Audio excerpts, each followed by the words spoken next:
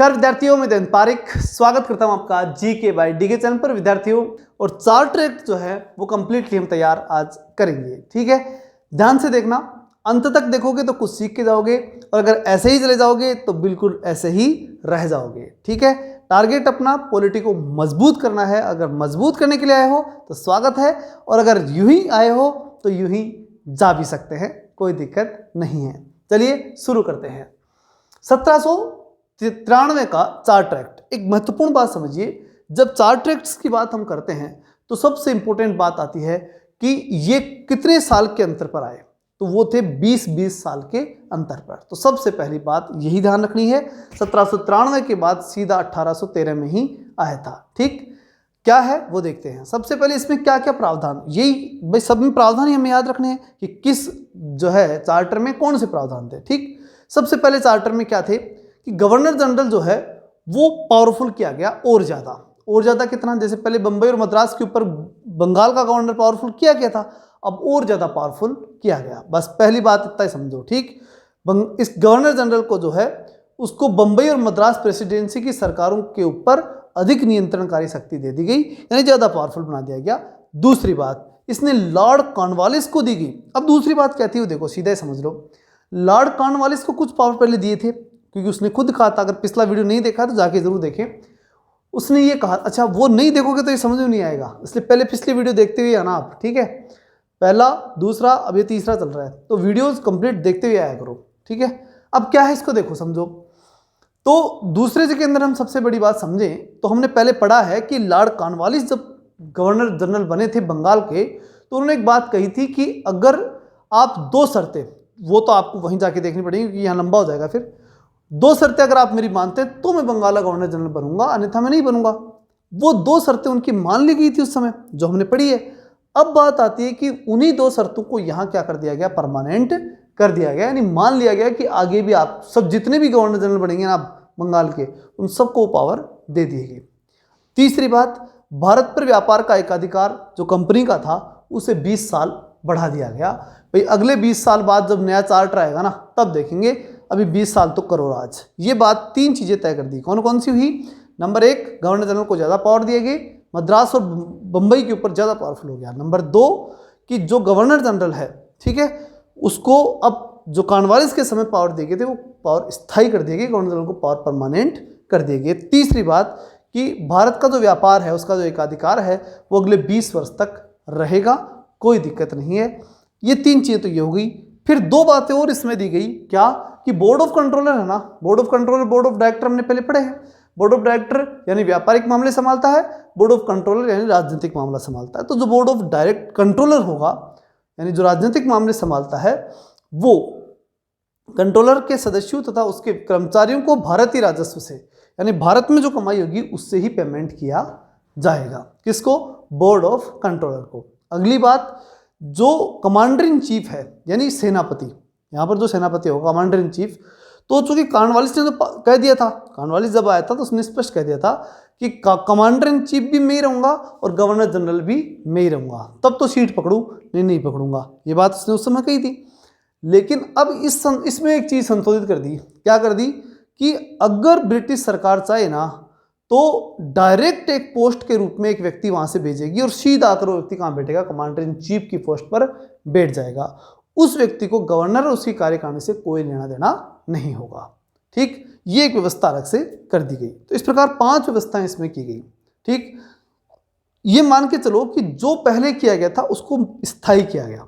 कुछ बातें कॉर्नवालिस की मानी गई, कुछ कंपनी को 20 साल अधिकार बढ़ाए गए, कुछ जो चीजें थी वो जैसे कमांडर इन चीफ वाली बात ये जो है चेंज की गई, तो सब कुछ चला। लेकिन जो पीछे हुआ था ना उसको स्थायी कर दिया गया, परमानेंट कर दिया गया। ठीक, स्क्रीनशॉट आप जो है लेते रहें, ये बात मैं पहले कह दूं कि जो चीजें होंगी वो आपके सामने होंगी, इनकी स्क्रीनशॉट लेते हुए ही आप आगे बढ़े। ठीक, अब चलते अपन 1813 यानी 20 साल बाद का जो चार्टर आया उस समय। 1813 में क्या क्या आया? 13 में जो बात थी उसमें सबसे पहली बात तो ये कि जो कंपनी का व्यापारिक अधिकार जो 20 साल तक एकाधिकार दिया था वो पूरे हो गए। अब वो 20 साल जैसे ही पूरे हुए तो ये तय कर दिया गया कि भाई अब कंपनी परमानेंट शासन नहीं, यहाँ व्यापार नहीं करेगी। कंपनी के अलावा जो ब्रिटेन के लोग हो सकते हैं, यूरोप के हो सकते हैं, वो यहाँ आकर के व्यापार कर सकते हैं। बस लेकिन दो चीज़ों को, कौन सी, चाय और चीन, इन दो को छोड़ करके चाय और चीन के ऊपर जो है अब भी कंपनी व्यापार करेगी। उन चीन से व्यापार करना या चाय का व्यापार करना वो कंपनी करेगी, लेकिन बाकी क्षेत्रों के अंदर ब्रिटिश कंपनियां आकर के भी शासन कर सकती हैं। अगली चीज इसमें तय की गई कि कंपनी शासित क्षेत्र ब्रिटेन के राजा की प्रभुता को प्रकट करेंगे। मतलब इतना समझो कि जितना क्षेत्रफल कंपनी ने यहाँ पर अपने अंडर में ले रखा ना, वो क्षेत्र अब किसका हो जाएगा, ब्रिटिश राजा का हो जाएगा। ठीक है, किस चार्टर की बात हो रही है, 1813 का, क्योंकि उसका एकाधिकार समाप्त हो गया, किसका, कंपनी का। तो कंपनी का लेना देना क्या है, राजा का ही होगा जो होगा। अगली बात, एक चीज और, दो चीजें और जोड़ दी गई महत्वपूर्ण रूप से, अलग ही स्पेशल, क्या कि एक तो ईसाई मिशनरी यहाँ आकर के जो है वो अपना धर्म बढ़ा सकते हैं, धर्म का प्रचार प्रसार कर सकते हैं, ईसाई धर्म का। ये 1813 में लगी चीज जोड़ी गई। मतलब वो धार्मिक रूप से भारतीय लोगों पे कंट्रोल करना चाहते थे, इसलिए उन्होंने क्या किया कि ईसाई मिशनरियों को यहाँ अधिकार दे दिया 1813 में कि यहाँ आकर वो धर्म का प्रचार प्रसार करें। और साथ ही एक चीज और दे दी, क्या कि जितना भी ब्रिटिश इलाके हैं ना, उन ब्रिटिश इलाकों के अंदर आकर के वो ईसाई मिशनरी शिक्षा भी, पश्चिमी शिक्षा भी दे सके। ठीक है, ब्रिटिश लोग मान लो, चाहे जो ब्रिटिश कंट्रोल में जो लोग हैं उनको, हालांकि राजा महाराजा तो नहीं करने देंगे ऐसा, ठीक है, लेकिन जितना है, जितना ब्रिटेन ने कंट्रोल कर रखा है उसके ऊपर पश्चिमी शिक्षा दी जाएगी। तो पश्चिमी शिक्षा, ईसाई मिशनरियों को अधिकार, ये दो नई चीजें यहाँ पर लाई गई। उसके बाद में बात आती है, अच्छा वो दो बातें आप समझ ही गए होंगे, कौन सी, कि जो कंपनी का एकाधिकार समाप्त होकर के चाय और चीनी का छोड़ दिया और बाकी समाप्त हो गया, और जो क्षेत्र कंपनी का था वो सारा का सारा राजा का हो गया।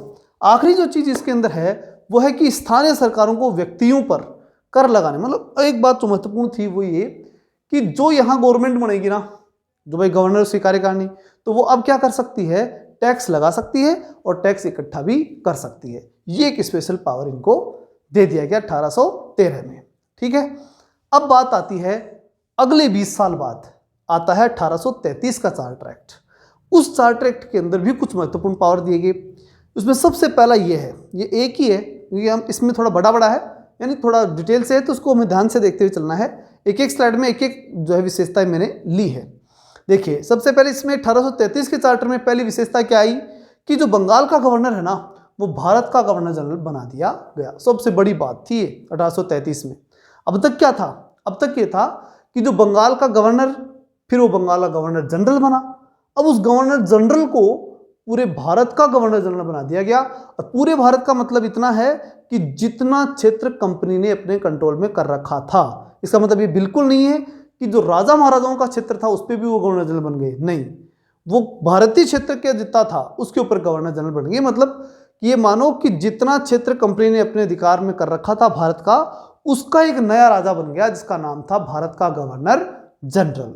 क्लियर। अब वो जो गवर्नर जनरल बना वो कौन बना, तो वो बना लॉर्ड विलियम बेंटिंग। वो भारत का सबसे पहला गवर्नर जनरल बना था, भारत का प्रथम गवर्नर जनरल। कौन, विलियम बेंटिंग। तो पहली बार बैटिंग करने के लिए बेंटिंग ही आया पूरे भारत के हिसाब से। ठीक है ना। अब कमेंट में बताओगे आप कि बंगाल का पहला गवर्नर जनरल, गवर्नर नहीं, गवर्नर जनरल कौन था, बंगाल का पहला गवर्नर जनरल कौन था। क्लियर। अब चलते हैं आगे। अच्छा, इसमें एक चीज हो रही, इस प्रकार इस अधिनियम में पहली बार एक ऐसी सरकार का निर्माण किया गया जो ब्रिटिश कब्जे वाले संपूर्ण भारतीय क्षेत्र पे पूर्ण नियंत्रण करेगी। भाई सीधी सी बात है, गवर्नर जनरल बना है तो पूरे ब्रिटेन का जितना क्षेत्र उसके ऊपर ही तो बना है, ब्रिटेन ने जितना कब्जा कर रखा था उसका ही तो गवर्नर बना, उसका ही तो राजा बना। तो इस प्रकार से इस पूरे पैराग्राफ का मतलब यही है कि ये तय किया गया कि भारत का क्षेत्र कितना होता ढूंढो, पूरा कब्जा करो और उसके ऊपर एक गवर्नर जनरल बना दो, मतलब एक राजा बना दो, इससे पूरा क्षेत्र अपने कंट्रोल पे आ जाए। ये चीज थी 1833 की सबसे महत्वपूर्ण। अगली बात इसमें तय की गई वो ये कि ईस्ट इंडिया कंपनी का एक व्यापारिक निकाय। भाई अब जो ईस्ट इंडिया कंपनी का क्या होगा, फिर आपने तो भाई एक गवर्नर जनरल बना दिया, पूरा पावर उसको दे दिया, तो वो ईस्ट इंडिया कंपनी क्या करेगी अब, तो भैया वो करेगी प्रशासन। क्या करेगी, प्रशासन।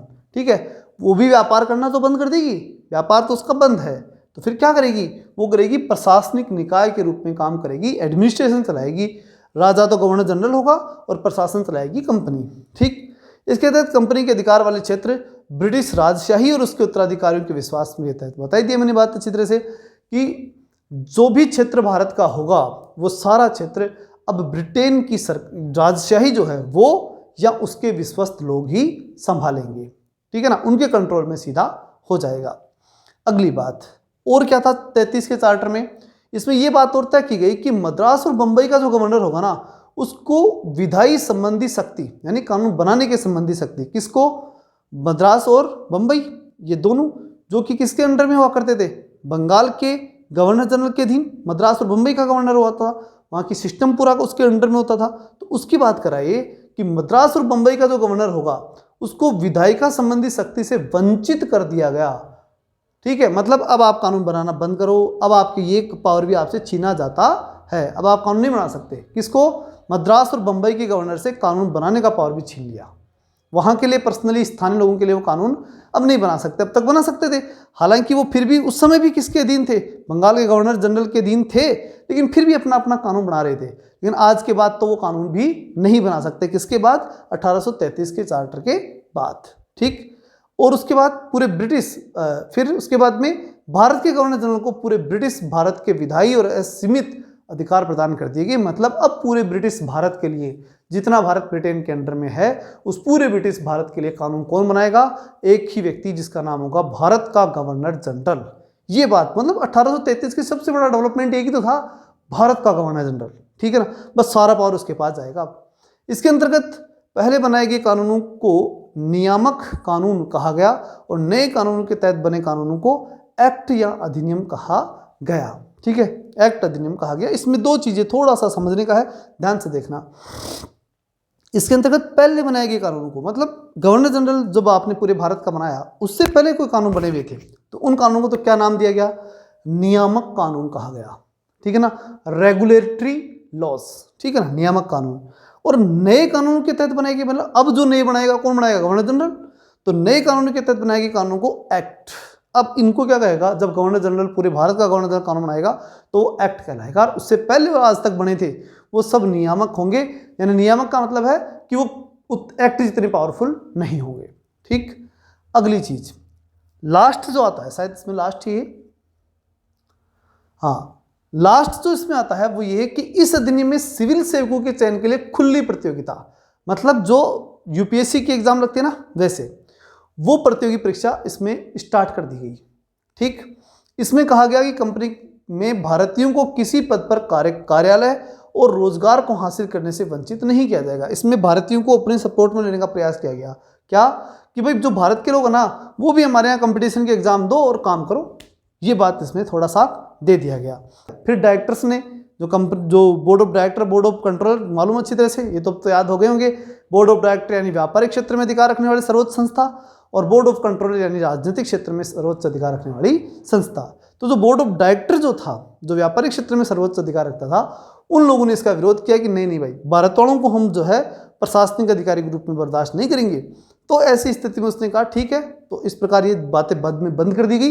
लेकिन एक बार जो है वो सिविल सर्वेंट के रूप में उनको रखने का जो है सुझाव रखा गया था कि भाई कंपटीशन एग्जाम लगेगी, उसमें भारत वाले बैठेंगे और वो भी जो है प्रशासन कर सकेंगे। लेकिन फिर बोर्ड ऑफ डायरेक्टर ने विरोध किया तो वो चीज़ क्या हो गई, हट गई।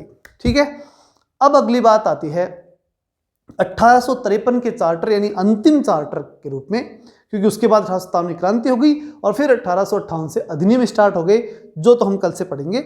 लेकिन 1853 का जो चार्टर था वो क्या कहता है, जो कि चार्टर में अंतिम चार्टर था, चार्टर्स में क्या था वो अंतिम चार्टर। क्या है इसके प्रावधान, इसने पहली बार गवर्नर जनरल को परिषद के विधायी और प्रशासनिक कार्यों को अलग कर दिया।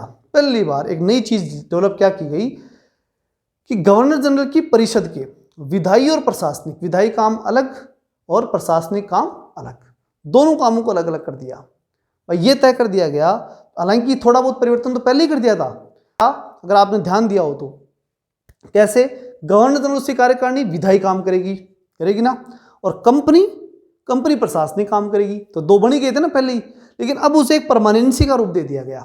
कब, 53 में एक तरह से लिखित में दे दिया कि भाई अब दोनों अलग अलग होंगे, विधायी अलग और प्रशासनिक अलग। इसके तहत परिषद के 6 नए पार्षद जोड़े गए। जो गवर्नर की कार्यकारिणी थी ना, उसमें 6 नए लोग जोड़ दिए गए, नए जोड़े गए, इन्हें विधायी पार्षद कहा गया। जो 6 नए जोड़े गए ना, वो कौन थे, विधायी, और जो पहले से थे वो क्या करेंगे, प्रशासनिक काम। दूसरे शब्दों में हम कह सकते हैं कि गवर्नर जनरल के लिए नई विधान परिषद का गठन कर दिया गया, जिसे भारतीय विधान परिषद कहा गया। मतलब कुछ 6 लोग जो हैं वो गवर्नर जनरल की कार्यकारिणी में और जोड़ दिए गए, और वो जो और जोड़ दिए गए वो क्या करेंगे, कानून बनाने से संबंधित यानी विधायी काम करेंगे। प्रशासनिक पहले वाले कर ही रहे थे, ठीक है, ये बात इसमें तय की गई। मतलब कंपनी अपना काम करेगी जो कि गवर्नर के अधीन चलेगी, उसके साथ साथ जो गवर्नर की कार्यकारिणी में पहले लोग थे उन पुराने वालों को तो क्या दे दिया गया, प्रशासनिक काम, और नए 6 विधायी और जोड़ दिए गए। मतलब कंपनी से धीरे धीरे और ज्यादा पीछा छुड़ाने का प्रयास कि भाई हम प्रशासनिक भी हम ही कर लेंगे, हमारे पुराने वाले प्रशासनिक कर लेंगे और विधायी हम नहीं ले लेते हैं, ऐसा करने का प्रयास इसमें था। फिर परिषद की शाखा ने छोटी संसद की तरह कार्य किया। अब ये जो 6 नए आदमी बने तो क्या करेंगे, कानून बनाएंगे। कानून बनाएंगे मतलब क्या, ये संसद ही तो है, तो छोटी संसद बन गई, छोटी संसद के लिए कार्य करेंगे। इसमें वही प्रक्रिया अपनाई गई जो ब्रिटिश संसद अपनाई जाती थी। इस प्रकार विधायिका को पहली बार सरकार के विशेष कार्यों के रूप में जाना गया। इसके लिए विशेष मशीनरी और प्रक्रिया की जरूरत थी। भाई नई विधायिका बनाई आपने, जो कानून बनाने वाले 6 लोग नए लिए, तो उनको नई मशीनरी भी चाहिए, जगह भी चाहिए, सारा सिस्टम चाहिए, तो वो उपलब्ध उनको करा दिया गया। मतलब इतना समझो, इसके अंदर जो पहला प्रावधान था 1853 का, वो ये कि गवर्नर जनरल को प्रशासनिक काम और विधायी काम दोनों काम बांट दिए गए। प्रशासनिक काम पुराने वाले लोग करेंगे, विधायी काम के लिए 6 नए लिए गए, वो 6 नए लिए गए, वो नई विधायिका बन गई। अब वो अपना कानून नया बनाएंगे और उनको सारी मशीनरी उपलब्ध कराई जाएगी। अगली बात आती है, इसमें जो प्रतियोगी परीक्षा का विचार जो था वो 33 के अंदर भी किया गया था, लेकिन और उस समय जो है ये भी तय किया गया था कि भारतीय लोग उसमें शामिल हो सकेंगे। फिर उसके बाद बोर्ड ऑफ डायरेक्टर ने मना किया तो सारा सिस्टम हट भी गया। लेकिन 53 में फिर मजबूती के साथ वो लोग आए, उन्होंने कहा कि नहीं भाई, खुली प्रतियोगी परीक्षा तो होगी, ठीक है ना, और वो हमने चालू कर भी दी। भाई वो उन्होंने प्लान तो पहले बना लिया था, उसको चालू भी कर दिया। इस प्रकार विशिष्ट सिविल सेवा भारतीय नागरिकों के लिए खोल दी गई। विशिष्ट सिविल सेवा ये भारतीय नागरिकों के लिए, भारत के जो नागरिक थे वो उसमें शामिल हो सकते हैं, वो उस कंपटीशन एग्जाम को दे सकते हैं। और इस प्रकार मेघालय की जो शिक्षा पद्धति थी वो सफल होती हुई यहाँ दिखाई दी। और इसके लिए 1854 में भारतीय सिविल सेवा संबंध में मेघालय समिति की नियुक्ति की गई। 1854 महत्वपूर्ण सन और महत्वपूर्ण ही व्यक्ति जिसको आज तक हम भुगत रहे हैं, ठीक है। तो मेघालय समिति 1854 के अंदर बनी थी, ये विशेष रूप से याद रखना। वही प्रोसेस आज भी चल रही है, सिविल सेवा भर्ती प्रक्रिया वही है, ठीक है। उसी प्रकार से हम उसमें भाग ले रहे हैं। ध्यान रहे 1833 में भी ये प्लान आया था, लेकिन वो प्लान उस समय फेल हो गया था। 53 में ये सक्सेस हो गया और कंपटीशन एग्जाम लगी, उसमें भारतीय भी शामिल हुए और मेघालय का विचार जो है वो सक्सेस हो गया। अगली बात, कंपनी के शासन को विस्तारित कर दिया गया। कंपनी का शासन था उसको और बड़ा कर दिया गया। शासन है ये, शासन समझ रहे हो ना, जो शासन के यानी एडमिनिस्ट्रेशन पावर वही तो था उसके पास, कंपनी के पास। और भारतीय क्षेत्र को इंग्लैंड के राजशाही विश्वास के तहत कब्जे में रखने का अधिकार वो पहले से भी था। इंग्लैंड के जो राजशाही अधिकार थे, ये 33 में व्यवस्था हो गई थी। 13 से ही चल रहा था ये प्लान, तो कि जो ब्रिटेन के लोग होंगे वो भारत के अंदर आकर के ब्रिटिश राजशाही के और उनके विश्वस्त लोग ही ब्रिटिश क्षेत्र पे कब्जा करेंगे, ठीक है ना। वो बात यहाँ फिर से दोहरा दी गई, ठीक। लेकिन पूर्व नियमों के विपरीत इसमें किसी निश्चित समय का निर्धारण नहीं किया गया कि भाई कितने दिन तक यहाँ पर वहाँ के लोग रहेंगे, ऐसा टाइमिंग फिक्स नहीं की गई। इससे स्पष्ट था कि संसद द्वारा कंपनी का शासन किसी भी समय समाप्त किया जा सकता था। मतलब ब्रिटेन का सीधा डायरेक्ट परमानेंट नियंत्रण हो जाएगा। अब ऐसा दिखाई दिया कि भाई एक बात बताओ, इससे पहले जब ये तक कहा जा रहा था कि कंपनी का जो क्षेत्र है उसके ऊपर ब्रिटेन के राजा का नियंत्रण होगा या उसके जो विश्वस्त लोग हैं उनका नियंत्रण होगा, लेकिन अब की और उसमें लेकिन एक टाइम था क्योंकि चार्टर था तो अगले 20 साल होगा, फिर अगले 20 साल होगा। अब की बार ऐसा कुछ भी टाइम नहीं दिया, अगले 20 साल वाली कहानी उसमें गई ही नहीं। तो इसका मतलब ये तय हो गया कि अब कंपनी का शासन यहाँ से समाप्त होगा। 53 में ये तय हो गया था, ठीक है ना। अगली बात, इसमें प्रथम बार भारतीय केंद्रीय विधान परिषद में स्थानीय प्रतिनिधित्व प्रारंभ किया गया।